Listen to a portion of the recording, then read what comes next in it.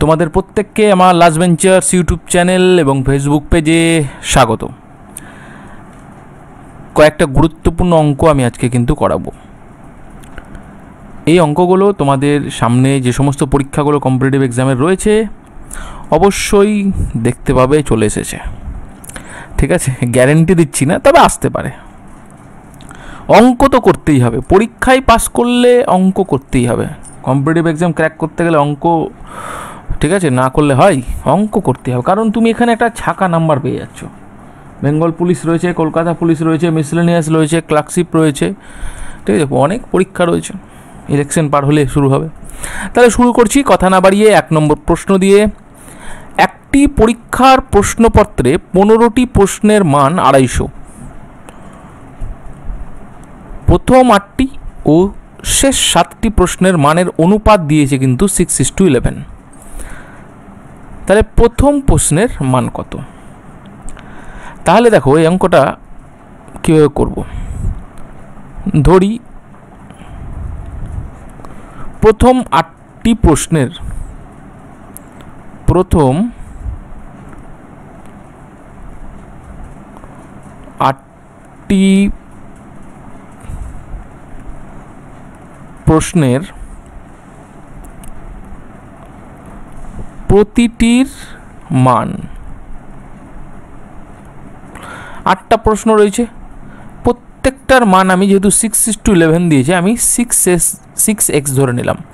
8টা প্রশ্ন ধরে 1 2 3 4 5 6 7 8টা, প্রত্যেকটার মান আমি ধরলাম 6x করে। ঠিক আছে, এরকম করে 6x করে আমি ধরে নিলাম প্রতিটির মান। তাহলে শেষ 7টা প্রশ্ন কি করলো? তাহলে লিখো, ধরি শেষ 7টি প্রশ্নের প্রতিটির মান কত হবে বলো দেখি? 11x।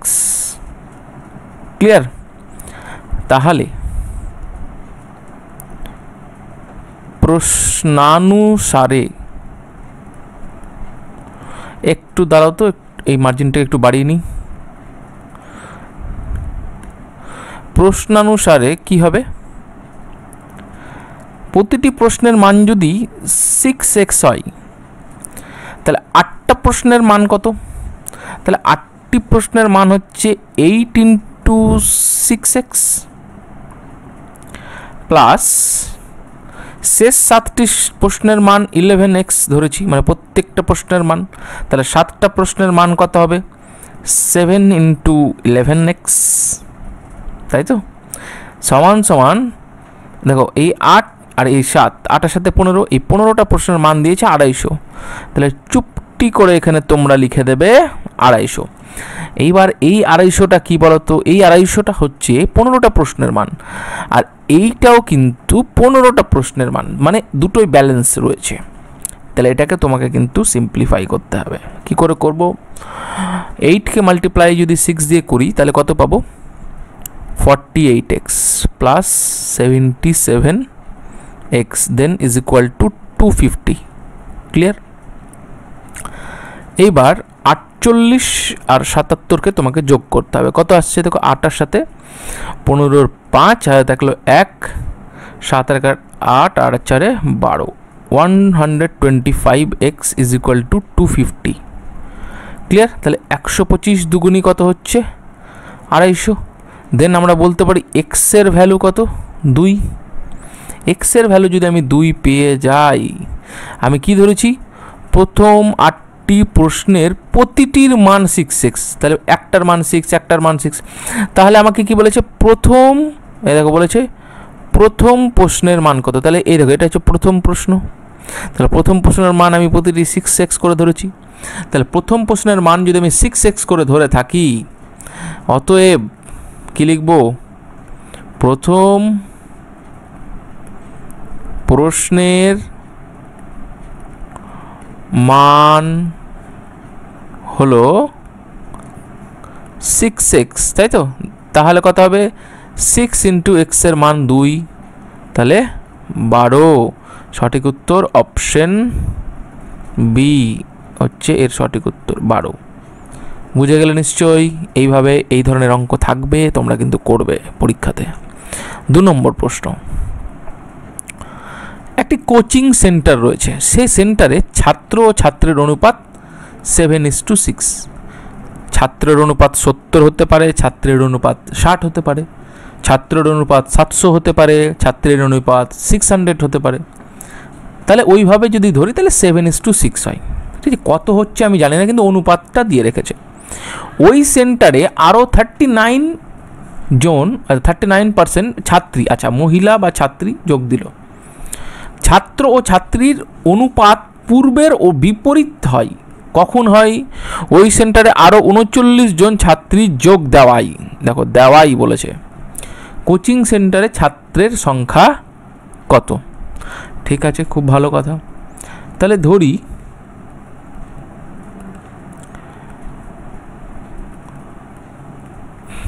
কি ধরলাম, কোচিং সেন্টারে ছাত্রর সংখ্যা কত আমি তো জানি না, তাহলে 7x ধরে নিই।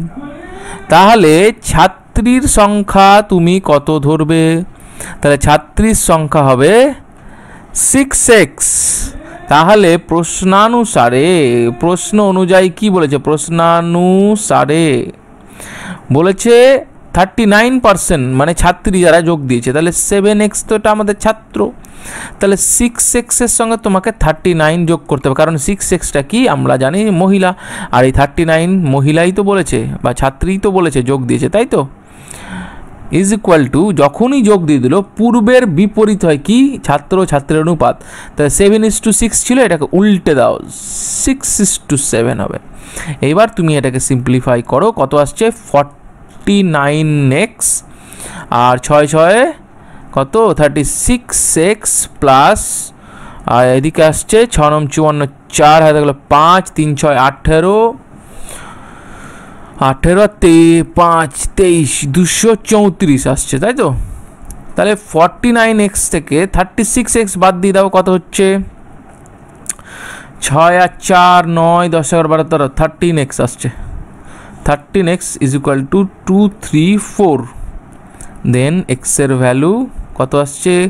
234/13, তাই তো। তাহলে কত আসছে? 13 যদি আসে তাহলে আসছে, এটাকে যদি আমি ক্যালকুলেশন করি 17 16 318, একটু দেখে নিই 18 দিয়ে দেখে নিই।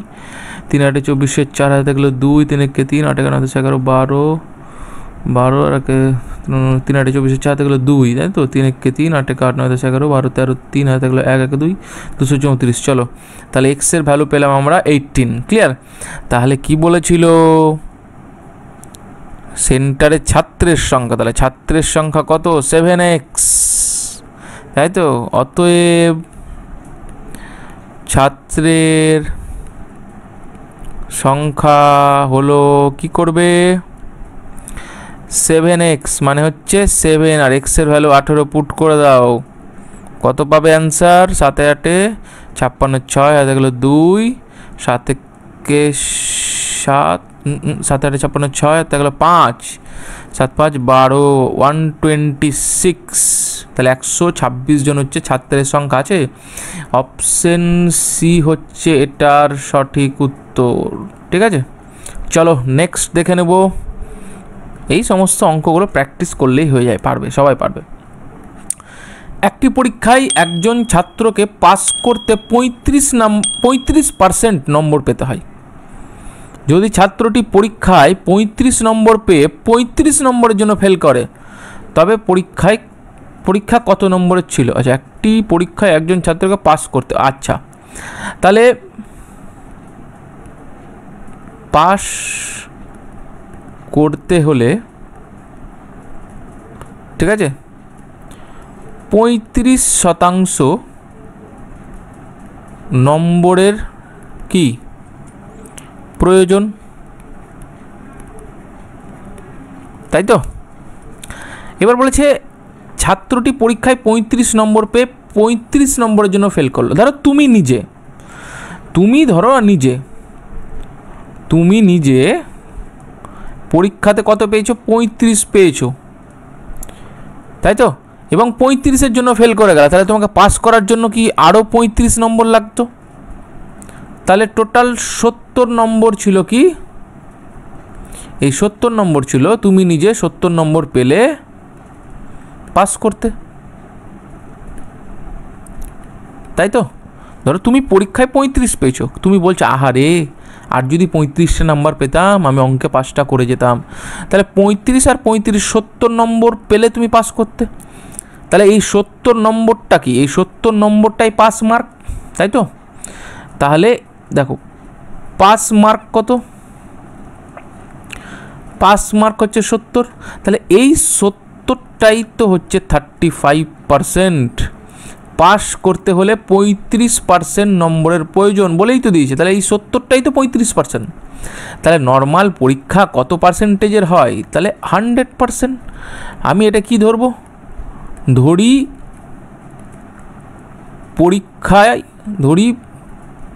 পরীক্ষা 100%-এর ছিল,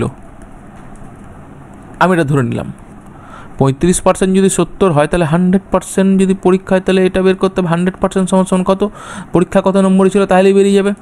তাহলে 100% যদি হয় তাহলে 100টা উপরে চলে যাবে বাই 35 ইন্টু 70। তাহলে 35কে যদি করো 2, 35 দুগুনি 70, 2 ইন্টু 100 কত হচ্ছে 200।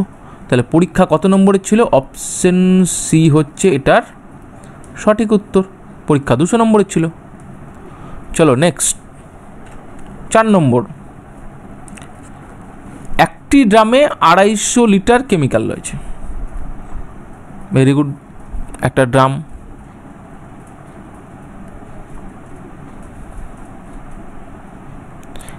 এতে 250 লিটার কেমিক্যাল রয়েছে। ড্রামটি থেকে 50 লিটার কেমিক্যাল তুলে নিলাম, সমপরিমাণ আবার বিশুদ্ধ জল মিশালাম।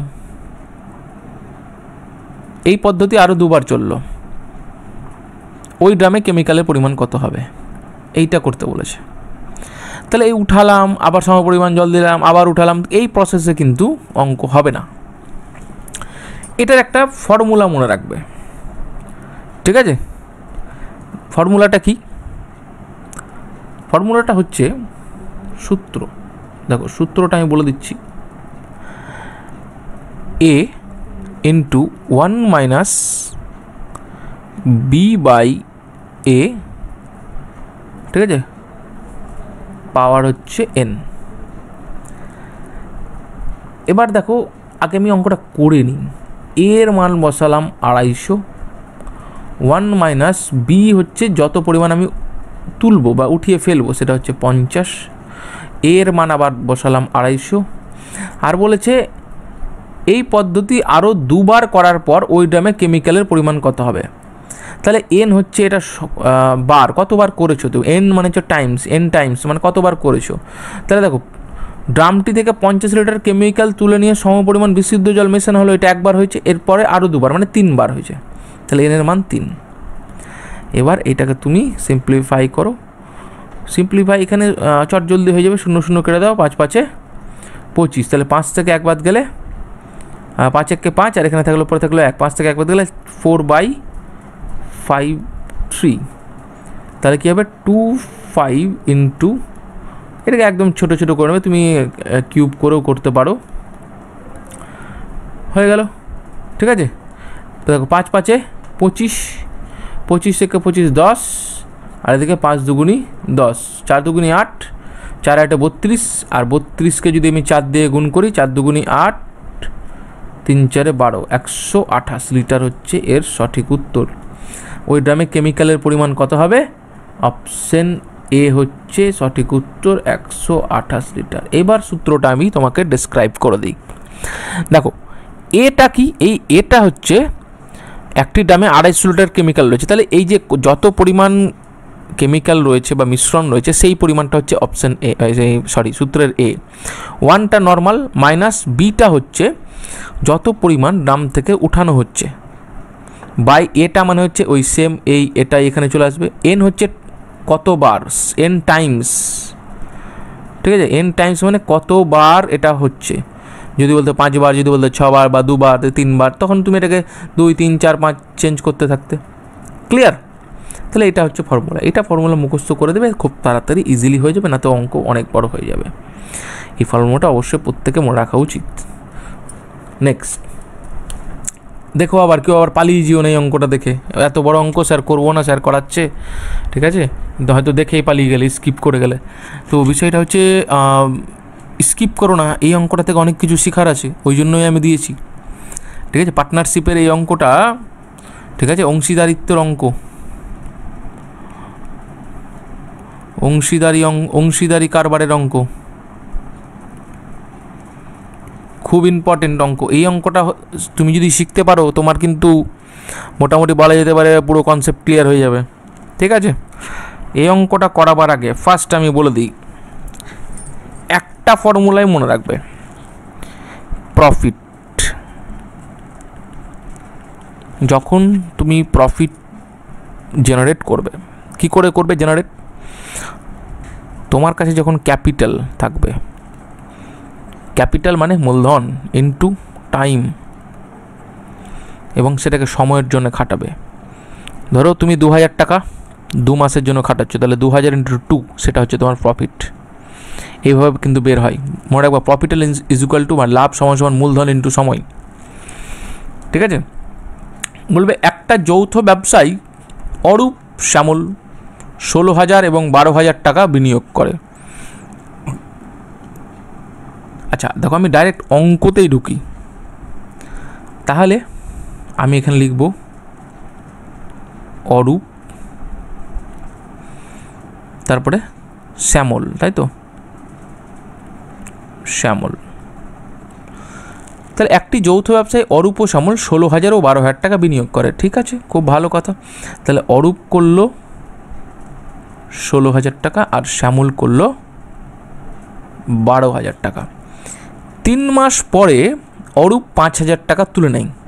এর বাপরে, তো 3 মাস পর যদি অরূপ 5,000 টাকা তুলে নেয়, তাহলে এই 16,000 টাকাটা তো 3 মাস খেটেছে, 3 মাস তো খেটেছে, তারপরে সে 5,000 টাকা তুললো, তাই তো, প্লাস এবার ওই 16,000 থেকে তুমি 5,000 বাদ দিয়ে দাও, 16,000 থেকে 5,000 বাদ দিয়ে দিলে হবে 11,000 টাকা। সেই 11,000 টাকা অরূপ কতদিন খাটালো? 3 মাস পর উঠিয়ে নিলে তার 9 মাস খাটলো, ইজ টু, ঠিক আছে, অনুপাত বা রেশিও। কিন্তু শ্যামল আরও 5,000 টাকা বিনিয়োগ করে, 12,000 টাকা তার কতদিন খাটলো? 3 মাস প্লাস। শ্যামল বলছে না, আমার আরও প্রফিট দরকার, সে কি করলো? আরও 5,000 টাকা বিনিয়োগ করলো, তাহলে 12 আর 5-এ 17,000 টাকা। 17,000 টাকা তার ক মাসের জন্য খাটলো? 9 মাসের জন্য খাটলো। ক্লিয়ার? Is two. কি বলছে? আরও 3 মাস পর হ্যাপি ওই ব্যবসায় 21,000 টাকা বিনিয়োগ করলো। এইখানে আবার একটা নতুন ক্যারেক্টার যোগ হলো, হ্যাপি। আমরা সবাই হ্যাপি, চলো ভেরি গুড, 21,000 টাকা নিয়ে এসছে ও ব্যবসায়ী। 3 মাস পর, আরও 3 মাস পর, মানে এইখানেই লুকিয়ে আছে জটিলতা। আরও 3 মাস মানে এই যে 9 মাসকে ধরতে হবে, 9 মাস থেকে আরও 3 মাস বাদ দিয়ে দাও, 6 মাস। তাহলে হ্যাপির 21,000 টাকা ক মাসের জন্য খাটছে? 6 মাসের জন্য খাটছে। কি ঠিক আছে তো? এইবার দেখো, এটাকে কিন্তু ছোট নিয়েও করা যায়, তুমি যদি সব ছোট করে দাও, 0.000 কেটে দাও, তাও হবে। তা আমি সেই প্রসেসে যাব না, একদম গোদা বাংলা ভাষার অঙ্কতে আমি অঙ্ক করব। 3 × 48 আর এদিকে 3টে 0 বসালাম, প্লাস 9×99,000 ইজ টু 3×32,000 প্লাস, ঠিক আছে, 7×9 = 63, হয়ে গেলো 6, 9×1 = 9, 6 = 15, 1,56,000 ইজ টু 1,26,000, তাই তো? এইবার এটাকে যোগ করো, কত হবে? 8 আর 16 17 7 হাতে থাকলো 1 1 1 9 আর 10 আর 14 1,47,000 ইস টু এটাকে যোগ করো। ঠিক আছে, কত আসছে দেখো। এখানে একটু ভুল হয়ে গেছে মনে হচ্ছে, 7 9 63 3 হবে। এক সেকেন্ড এখানে একটু ভুল হয়ে গেছে ক্যালকুলেশনে। 7 9 63 3 হাতে গেলো 6 9 1 9 9 6 15 153 153। তাহলে এখানে কত হবে 3 আর 6 9 5 আর 3 8 189 ইস টু 126। এইবার তুমি 3টে শূন্যকে কেটে দাও, টিক টিক করে কেটে দিলাম। রেশিওটাকে তো ব্যালেন্সে আনতে হবে। আচ্ছা দেখো কত দিয়ে যাচ্ছে, এটা যদি কাটি, চলো 7 7:21 যদি ধরি, 7 1 7 7 2 14 আর 9 1 9 9 2 18 ইস টু এদিকে হচ্ছে 6 1 6 6 2 12 7:9:6 21 দিয়ে কেটে দিলাম সবকে। ঠিক আছে, চলো তাহলে এইটা কি পেলাম, 7 9 আর 6 কি পেলাম বলো। এইটা যেটা পেলাম সেটা হচ্ছে প্রফিট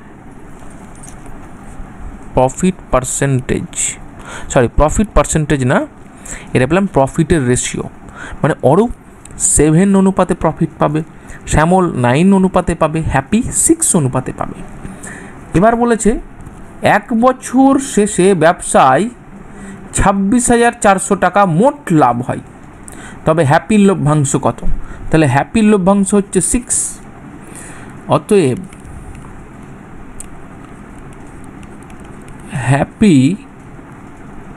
হ্যাপির লভ্যাংশ হলো কত বলো, 26,400 টাকার মধ্যে হ্যাপি কত পাবে, 6 অনুপাতে ভাগ পাবে। তাহলে 26,400কে 6 দিয়ে গুণ করে দাও আর 796কে যোগ করে দাও। ঠিক আছে, কত আসবে দেখো, 26,400 ইন্টু 6/9 6 15 সাথে 21 নাকি 17 18 19 না 9 6 15 15 5 20 22ই তো আসছে। 9 6 15 থামো 1 সেকেন্ড, 9 6 15 আর 5 20 22ই তো আসছে। ঠিক আছে, এইবার কেটে দাও, 3 2 6 11 2 22 উড়িয়ে দাও এখানে, 11 2 22 থাকলো 4 4 11 44 দুটো শূন্য বসিয়ে দাও, 3 0 0 3 0 0 3 4 12 2 হাতে থাকলো 1 3 2 6 7,200 টাকা হ্যাপি পাবে। অপশন বি সঠিক উত্তর, 7,200 টাকা হ্যাপি পাচ্ছে। তাহলে এইবার আমি বলি, এখান থেকে অনেক রকমভাবে করতে পারো। দেখো এই 7 9 6 এই 22টাই হচ্ছে, কিন্তু দেখো একটা আমি আদার্স ওয়েতে শেখাচ্ছি, এটা তোমরা দেখে নিও। এখানে একটা আমি আদার্স ওয়েতে শেখাচ্ছি, দাঁড়াও 1 সেকেন্ড, তোমরা অঙ্কটা কিন্তু ভালো করে দেখে নিও। হ্যাঁ, এই অঙ্কটা কিন্তু কনসেপচুয়াল অঙ্ক রয়েছে, এইভাবেই কিন্তু করতে হবে। দেখো 7 9 6-এর টোটাল ইউনিট কত, 22 ইউনিট। এই 22 ইউনিটটাই কিন্তু হচ্ছে 26,400। 1 ইউনিট কত পড়ছে সেটা তোমাকে বের করতে হবে। 22 1 22, ঠিক আছে, আর 22 2 44 মানে 1 ইউনিট পড়ছে 1200। 1 ইউনিট যদি 1200 হয় তাহলে হ্যাপির ইউনিট হচ্ছে 6, কত হচ্ছে 6 0 0 6 0 0 6 2 12 2 হাতে গেলো 1, 7,200 পেয়ে গেলে। এরকম 1200-র সঙ্গে তুমি যদি বলতো তোমাকে শ্যামলের অনুপাত কত, তুমি 9 দিয়ে গুণ করে দাও, 9 0 0 9 0 0 9 2 18 8 হাতে থাকলো 1 9 1 10 10,800 টাকা। এই যে 10,800 টাকাটা শ্যামলের অনুপাত। এইভাবে তুমি 1200 থেকে 7 দিয়ে গুণ করে দাও। ঠিক আছে, 7 12 84 মানে 8,400 টাকা পাবে তোমার অরূপ। তুমি এখানে ইজিলি ক্যালকুলেট করো। এখানে কোনাতে 8,400, আর এদিকে পেলো 7,200, আর পেলো 10,800। দেখো 26,400ই হবে। 0 0 8 2 10 4 4 হাতে থাকলো 1, 8 আর সাথে 15 আর 1 16 6, দেখো 26,400। তো এগুলো কনসেপচুয়াল অঙ্ক, এইভাবেই যেভাবে খুশি করতে পারো। তো আজকে আমি আর ভিডিও আর বড় করছি না, আরও অঙ্ক ছিল আজকে করাবো না, আরও পরবর্তী পর্যায়ে অঙ্কগুলো করাবো ধরে ধরে। আর আরেকটা তোমাদের সুখবর আমি দিয়ে দিই, আমার টেটের কিন্তু অ্যাকচুয়ালি টেট 2024 ওয়েস্ট বেঙ্গলের আমি ক্লাস অলরেডি শুরু করে দিয়েছি। আলাদা একটা প্লেলিস্ট আছে আমার টেটের, তোমরা ইউটিউবে গিয়ে দেখতে পাবে সেই প্লেলিস্ট, সেখানে গিয়ে তোমরা কিন্তু ভিডিও সেকশনে গিয়ে টেট রিলেটেড সমস্ত ভিডিও দেখতে পাবে। আর এই সমস্ত অঙ্ক আমার মনে হয় খুব ইম্পর্টেন্ট, তোমাদের জেনে রাখা জরুরি। সবাই বলো থ্যাংক ইউ, জয় হিন্দ। আমি তোমাদের লাস্ট বেঞ্চার্সের পরীক্ষিত স্যার, তোমাদের পাশে আছি। তোমরা আমাকে অবশ্যই সাপোর্ট করবে যেন আমি আরও ভালো ভালো ভিডিও তোমাদের প্রোভাইড করতে পারি। থ্যাংক ইউ, জয় হিন্দ, বন্দে মাতরম।